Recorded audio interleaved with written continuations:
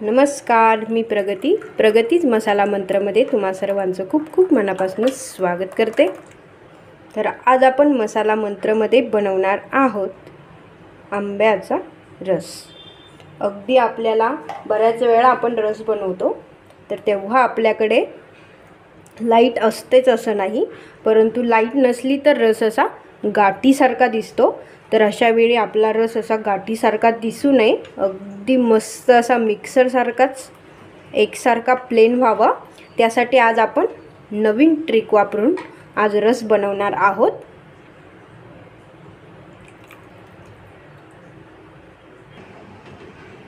चला तर मग वेळ वाया न घालवता रेसिपीला सुरुवात करूया। तर रस बनवण्यासाठी मी इथे 2 केशर, गुजराती केशर अशी आंबा घेतलेला आहे। आता आपण तो एकदा व्यवस्थित असा मऊ करून घेऊयात। तर मी हे दोन्ही आंबे इथे मऊ करून घेतलेले आहे। आता आपण त्याचा रस काढून घेऊयात। तुम्ही हे आंबे मऊ करण्याऐवजी जर चाकूच्या साहाय्याने याची वरची साल काढून घेतली आणि जर तसंच चाळणीवर आंबा फिरवला तर ते देखील चालतं, परंतु मी इथे पूर्ण रस असा एकदा काढून घेणार आहे आणि त्यानंतर आपण हे पुरणाच्या चाळणीमध्ये रस तयार करून घेणार आहोत।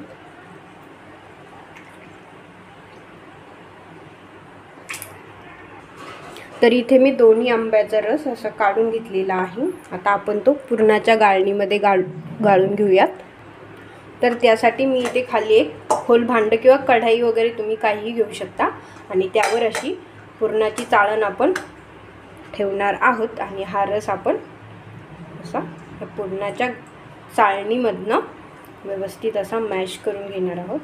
तर तुम्ही हाताच्या साहाय्याने करू शकता किंवा मग थोडं चमच्याने वगैरे केलं तरी चालेल, परंतु हाताने व्यवस्थित असा हा छान प्रकारे निघतो।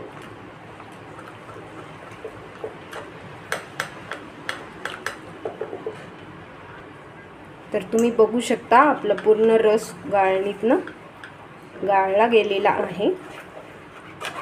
व्यवस्थित सगळा रस यामधनं मस्त प्रकारे असा तयार झालेला आहे। तुम्ही बघू शकता अगदी मिक्सरपेक्षाही छान याला तर असा हा आपला आंब्याचा रस तयार झालेला आहे। बिलकुल एक देखील गाठ्यामध्ये राहिलेली नाही आहे। तुम्ही बघू शकता अगदी मिक्सर सारखा असा हा रस आपल्याला लाईट नसली तरीही बनवता येणार आहे। आणि आता आपण त्यामध्ये चवीनुसार साखर ॲड करणार आहोत। आता आंबा कितपत गोड आहे त्यानुसार तुम्ही यामध्ये साखर ॲड करू शकता। तर मी इथे साधारण 3 चमचे इतपत ॲड करते, कारण आपण त्यामध्ये थोडंसं पाणी देखील ॲड करतो। तर पाण्याच्या प्रमाणामध्ये आपल्याला इथे 3 चमचे साखर यामध्ये ॲड करायची आहे। व्यवस्थित ढवळून घेऊया। आता ॲड करूया थोडीशी विलायची पावडर। तर अशा प्रकारे आपला हा आंब्याचा रस तयार झालेला आहे। यामध्ये आपण थोडेसे ड्रायफ्रूट्स ॲड करूया। गोडाचा पदार्थ आहे म्हणून थोडंसं मीठ आणि त्यावर मस्त अशी तुपाची धार। तर अशा प्रकारे आपला हा मस्त प्रकारे आंब्याचा रस तयार झालेला आहे।